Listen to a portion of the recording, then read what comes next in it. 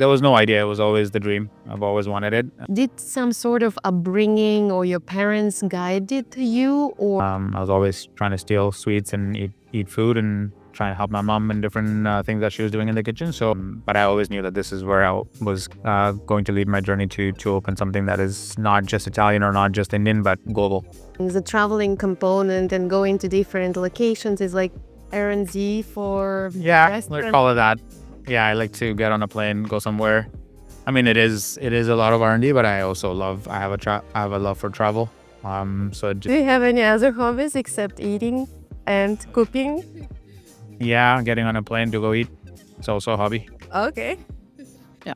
How did your day-to-day changed when you became a co-owner of the restaurant compared to being a chef? Now, if the front door isn't locking properly, or the toilet is clogged, or a light bulb needs to be changed, or an invoice needs to be paid out, or somebody's sick, or the bartender can't figure something out, everything's my problem. Everything's on me. What changes from becoming a chef to becoming a co-owner is like everything's your problem. What it takes to run a restaurant? It takes a lot of guts. If it was easy, a lot more restaurants would be opened. What kind of budget the person should have to start a restaurant in Vancouver nowadays? People were walking and they're like, oh, this doesn't feel like Vancouver. Yeah, I sold my left kidney for it. Work with a lot of farmers that follow a lot of sustainable practices, a lot of producers. Some days I've walked into the shower and yelled loud, or I've walked into my walk-in cooler and screamed. What do you think helps you keep going? I think it's just a passion of wanting to create experiences. And rating, I've worked 110 hours a week for weeks and weeks. I think the madness and the craze of wanting to do it makes you want to do it more, I guess. So, yeah. I think overall, I've cooked for celebrities, I've cooked for some very important people, and it doesn't like wow me. Like, yeah, it sounds really bad that you've cooked location or in south of France, getting the produce and cooking. That makes me more excited than who I'm cooking for. And ELEM is Michelin-Recommended restaurant, right? Yeah. Sometimes it's easy to just focus on the goals of just wanting to win the awards and go for the Michelin Guide, the excitement of the food, and not for the awards. But what's next for ELEM? It's a journey. It is not something that will happen overnight, but have a little sister baby ELEM one day. What it takes to get a star? Nobody. You have to be like prepared every day. Every day needs to be like. So that was ELEM was a dream, and now we're sitting in a dream. Congratulations. You are part of the dream right now, inside my dream. Yeah. With us today, Chef Vish, co-owner of ELEM restaurant here in Vancouver, one of the 100 best restaurants in Canada, and you just opened 1 year and a little bit ago. 1 year, a couple of weeks, yeah. What an accomplishment. Yeah, it's special. It's like living a dream. Thank you very much for having us in your space. It looks so amazing, and it feels so modern, and there is like this design taste in it. And how did you come up with an idea that you wanted to have your own restaurant? There was no idea. It was always the dream. I've always wanted it. As long as I remember and have memories, I knew that I was going to be a chef. I always wanted to own my own restaurant and put up food that is mine, which is not in a box of a particular cuisine or a particular style of food. It was throughout the world, throughout the global influences. I like to eat. I eat different cuisines. I'll get inspired by different ingredients. So yeah, I always knew that I was going to open a restaurant which is not boxed into something that is just one particular cuisine. You said that you always knew that you would be a chef, you will have a restaurant, you will do this as your career. Did some sort of upbringing or your parents guided you, or you decided yourself that you want this in your life? And so my background's Indian. I grew up in Mumbai, and a family-oriented upbringing where there's a lot of food. We say that we have different festivals in our culture just to have a reason to eat. I was always surrounded by food. I was always with my mom, my grandma in the kitchen. and I always knew that that was my space. And somehow anywhere else, it then never felt right. It was always in the kitchen. I was always trying to steal sweets and eat food and trying to help my mom in different things that she was doing in the kitchen. So it just felt natural. So yeah, it was always something that I knew that I was going to do. And to this day, I've never had a different job. I've always been in the kitchen. Yeah. Are anyone else in your family a chef, or you're the first one? Nope, nobody else in the family chef, but everybody that cooks is a very good cook. So like my mom, my grandma, my grandpa used to be a really good cook as well. He used to make some delicious fish and curry dishes. But yeah, nobody's a professional chef, but everybody's a home cook that is on a very different level. Yeah. Which restaurants have you been working here in Vancouver before you started ELEM? So before ELEM, I opened Elevatebydasha on Cambie Street. Before that, I was the head chef for Latana and Pepino's in Commercial Drive. Before that, I was up in the Okanagan, actually, running a winery called Fitzpatrick. So yeah, like I've been around the scene in Vancouver a little bit, but yeah, it's always been the last 4 years. I've always been Italian, but I always knew that this is where I was going to lead my journey to open something that is not just Italian or not just Indian, but global. Yeah. Tell a little bit about ELEM. Like, it's a contemporary restaurant with international foods. Where do you get the inspiration for what you create here in the kitchen? So ELEM is a global influence restaurant. Everything that I cook and I present in the restaurant is derived from my upbringing in Mumbai. So a lot of inspirational dishes, a lot of nostalgic dishes from my heritage, and then everything else is throughout my journey in the last 13 years of Canada, while being able to travel a little bit. So a lot of southern French dishes, Spanish, Italian, and then a lot of Middle Eastern flair. I have a lot of cooks that are from different regions of the world. So I recently had a Peruvian crudo dish last weekend, which was inspired by the flavors of where one of my cooks was born and raised. So it's all about, I travel somewhere, I get inspired by a particular dish or particular ingredient, I bring it back and then turn it into a dish. So last trip was in Japan, came back, I had a couple of features right away. There was a fritter dish that I had it in Japan. It was pretty tasty. Then I brought in some red prawns from Japan to be able to execute that dish. So yeah, I get excited about a particular cuisine or a particular dish or a particular ingredient. I go travel, get inspired, come back, and then put it on the plate. Yeah. And I've seen somewhere that you've mentioned that the traveling component and going to different locations is like R&D for let's call it that. Yeah, I like to get on a plane, go somewhere. I mean, it is a lot of R&D, but I also I have a love for travel. So it just is another reason to get on a plane, go somewhere, eat a whole bunch of food, and then come back. I always drag now a kid with me, and hopefully she won't get tired of just eating. Do you have any other hobbies except eating and cooking? Yeah, getting on a plane to go eat. It's also a hobby. Okay. You eating on a plane or I try to avoid eating on the plane for the most part, but yeah, I think I get this question a lot where people are like, what do you do other than food? And I think I actually don't do much other than food. Food, wine, cocktails, and travel is my life. Everything that I do revolves around that. And for a lot of people, that might be like exhausting, I guess, but that's what keeps me excited and that's what keeps me striving for more and more. Yeah. How did your day-to-day changed when you became a co-owner of the restaurant compared to being a chef? Great question. As a chef before, anything that was wrong in the kitchen or needed to be fixed in the kitchen, I was the person to go to. Now, if the front door isn't locking properly, or the toilet is clogged, or a light bulb needs to be changed, or an invoice needs to be paid out, or somebody's sick, or the bartender can't figure something out, everything's my problem. Everything's on me. Obviously, I have a great business partner, and he takes care of most of the front of the house things. But what changes from becoming a chef to becoming a co-owner is like everything's your problem. It's not just the food. So it's easy to be talking about wanting to live a dream, but it's way more challenging to be actually living the dream. Yeah. And do you think that owning a restaurant, did it take a little bit of time, like, and creativity from your time being in the kitchen? Like to create and to come No. up with a new. No, I think there's enough time in the day. I mean, there's 24 hours. If you sleep 4 hours, there's 20 hours. So you sleep 4 hours. I used to. Now things are changing a little bit because of peer pressure. But it's, Okay, we love that.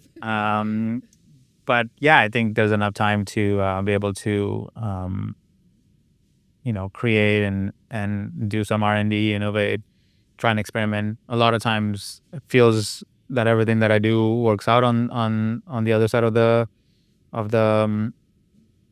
viewing spot where people think that I just create a dish and it's up. But there's a lot of R&D that goes behind it, a lot of trial and errors, a lot of failures, a lot of dishes that I think are going to be the way they are and they don't turn out to be.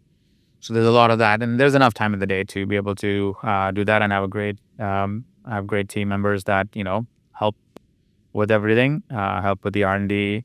They are super supportive, and without them, ELEM wouldn't be where it is now. What it takes to run a restaurant? You need a team, you need good suppliers. What else do you need?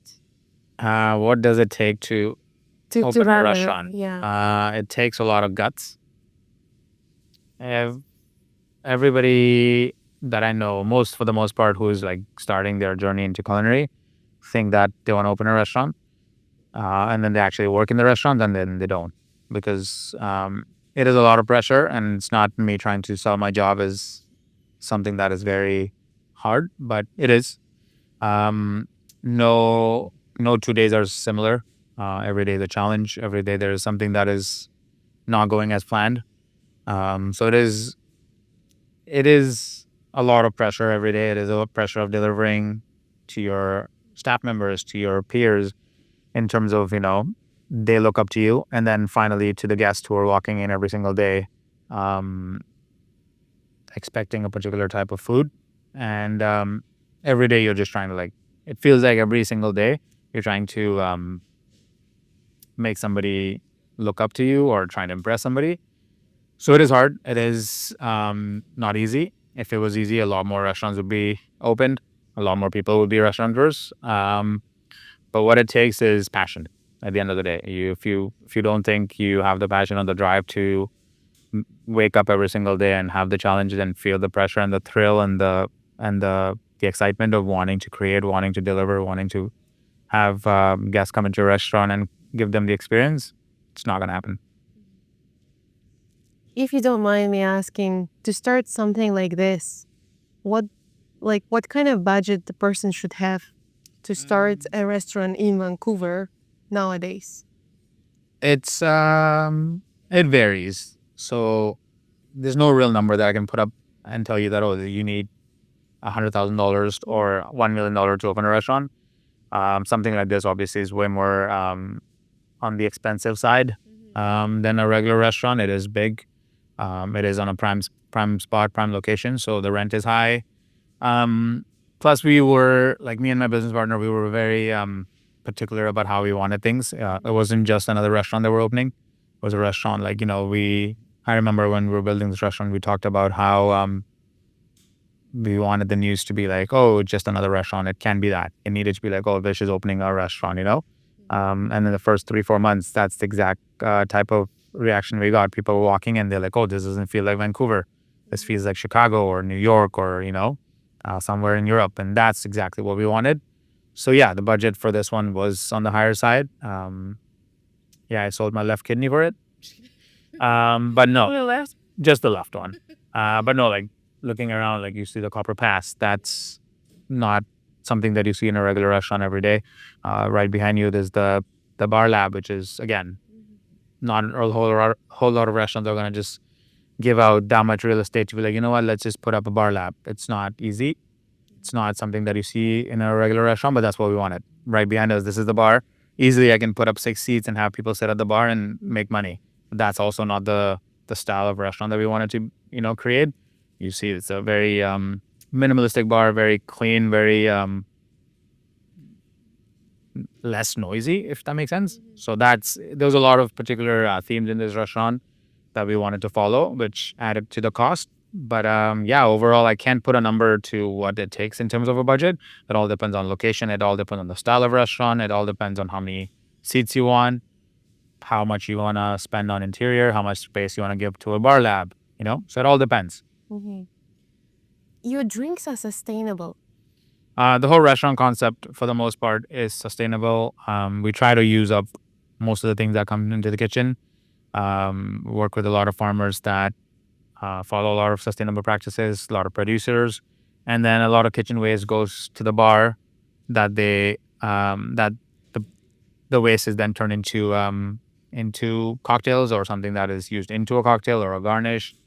So yeah, we're trying to be sustainable. We're trying to create or not create zero waste, but be as close to as zero waste as possible. It's really hard because there is always some sort of waste, and a smallest thing to onion peels.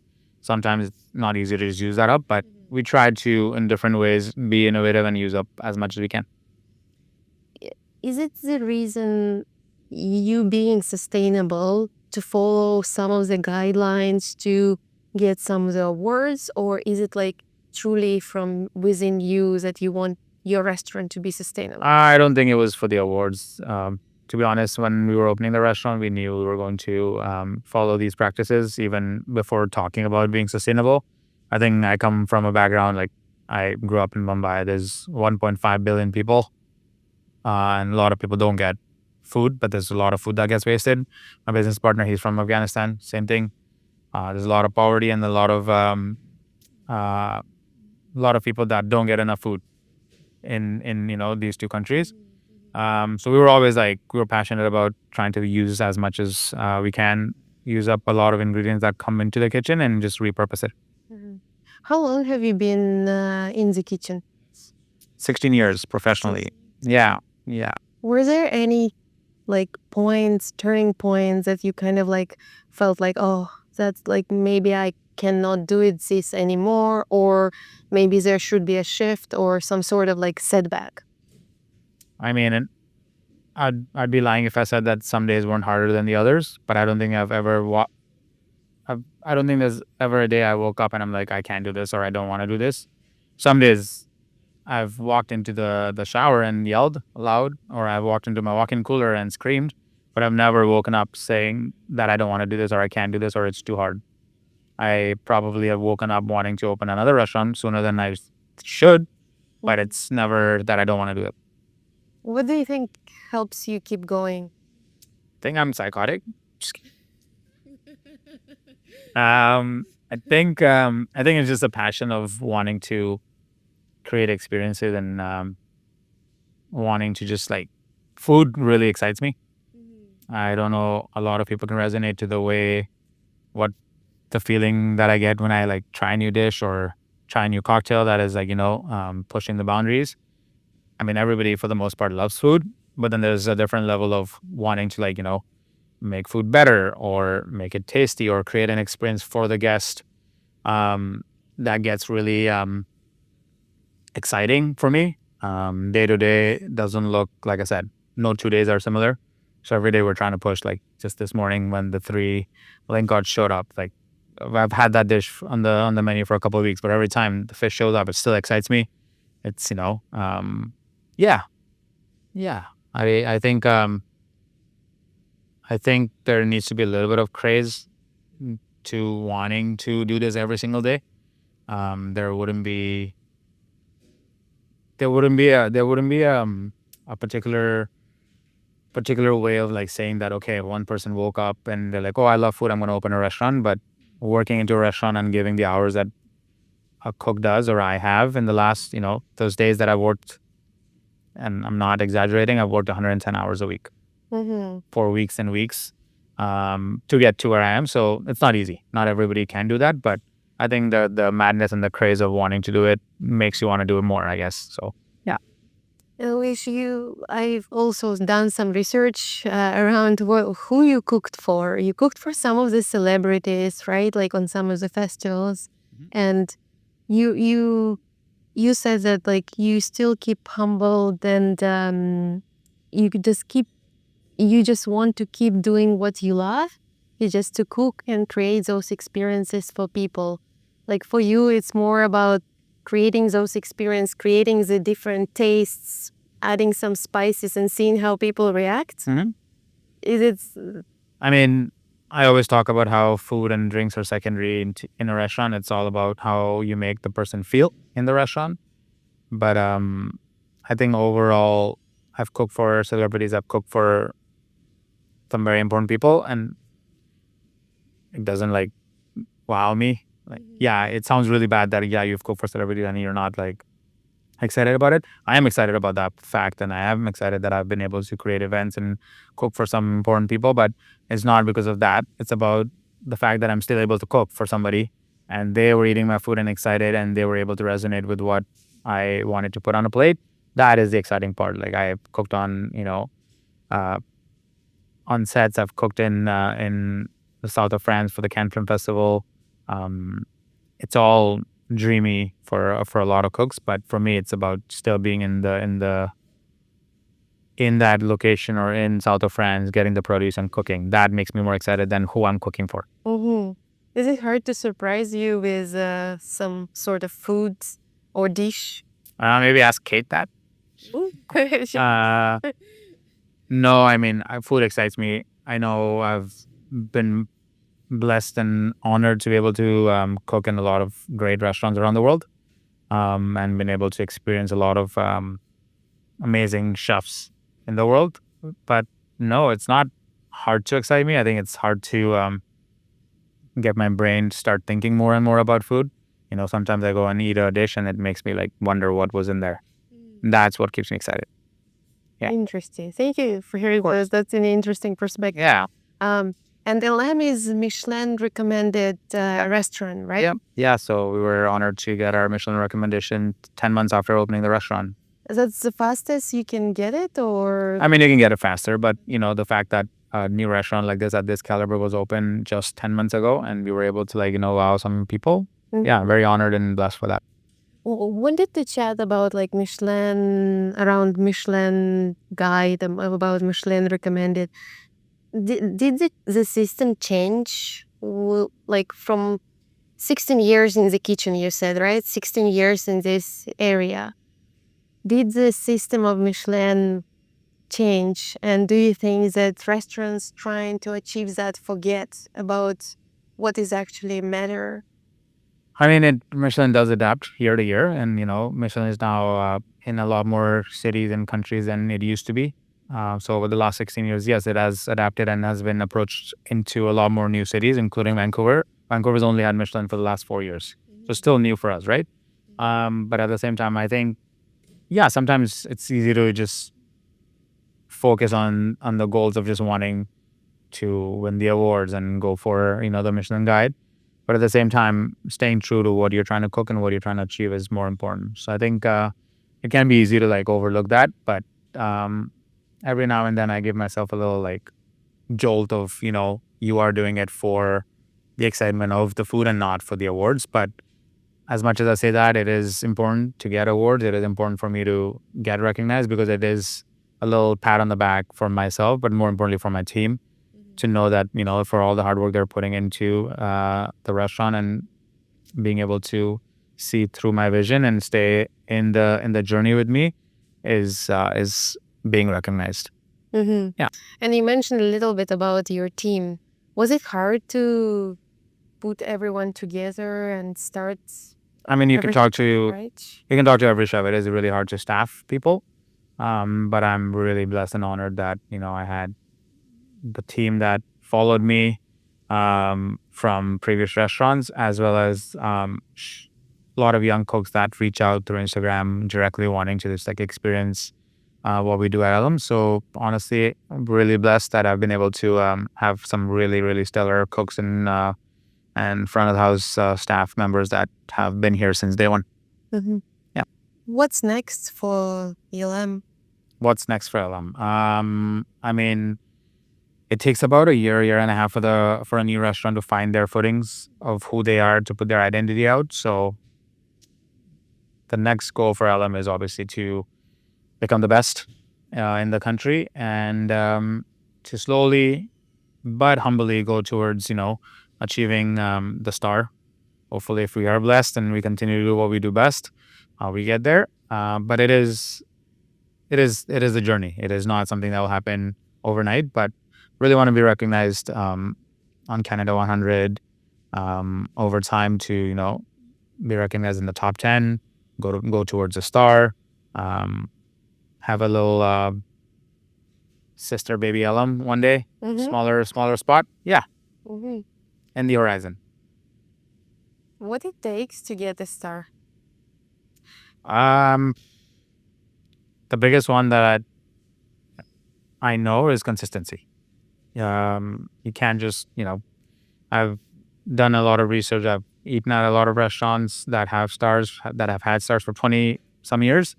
And then the one thing that they always put up is consistency in their food, in their service, and in the way they are putting food up. So, yeah, if you cannot repeat the dish one more time after making it, then it's not Michelin. It's how they put it. So if you put up a dish and it's the best dish you put up, it needs to happen one more time, and again and again. So consistency is what is needed to get Michelin. And you never know when they're coming to check. No, And you never know who are those people. no, I think Kate's one of them. I think so. She's been here a few times. She's the most, She's the most repeat customer. yes. Yeah. That's fine. So you never know, No. who is coming. No, it's very anonymous. You Nobody. have to be, prepared. Every Every day needs to be like you're serving the inspectors or serving the most VIP customers. Yeah. There's such a pressure to have, high standards all the time, I feel like, for me and myself. Yeah, that's what's needed, and that's what we do. Perfect. And for you personally, as a chef, as a co-owner, having this new hat, being an owner of the restaurant, what's next for you? What would you like to achieve in your career, and what are you hoping to do here in Canada? Just continue to grow, continue to make this restaurant even better than it was yesterday, and yeah, I think one day have maybe yet another restaurant, maybe another bar. There's a lot of goals and a lot of big dreams, and not all dreams need to be fulfilled, because sometimes you dream too much and the current dreams that you're living in get overlooked. And I'm definitely a big dreamer. But currently, if you ask me 33 years ago, when I was, 34 years ago, I guess now I'm 34. In the 34 years of me being on this planet, I think I would exactly be where I wanted to be today, and that's where I am. So it's really hard to, it's really easy, not hard. It's really easy to overlook where you are and forget to stop and smell the roses, is what somebody has told me. Yeah, so I think the personal dream or the personal goal is to continue to grow, bring ELEM to consistency, and continue to, create some experiences for the guests and cook good food. Do you think you have a special trait or skill that you have that helps you to be who you are? No, I think I can just attest to being raised properly, having good parents, and being able to, grow in an environment and be raised in an environment where I was not coached, but just was normal in an upbringing to make sure you're respecting everybody. You're a nice person, you help, and you don't let things go to your head. That's very important. And I think I can give that all credit to my parents. I think I can say that they've done a phenomenal job of making me stay true to who I am and everything that I am in terms of my personal life. I can say that it's because of my parents. So that was, ELEM was a dream, and now we're sitting in a dream. Congratulations. You are part of the dream right now, inside my dream. Yes. This is so awesome. Thank you so much, you. Vish, for having us here. this amazing space. I'm so excited to come out and check out some of the food. And good luck with all of the ratings, with Thank you.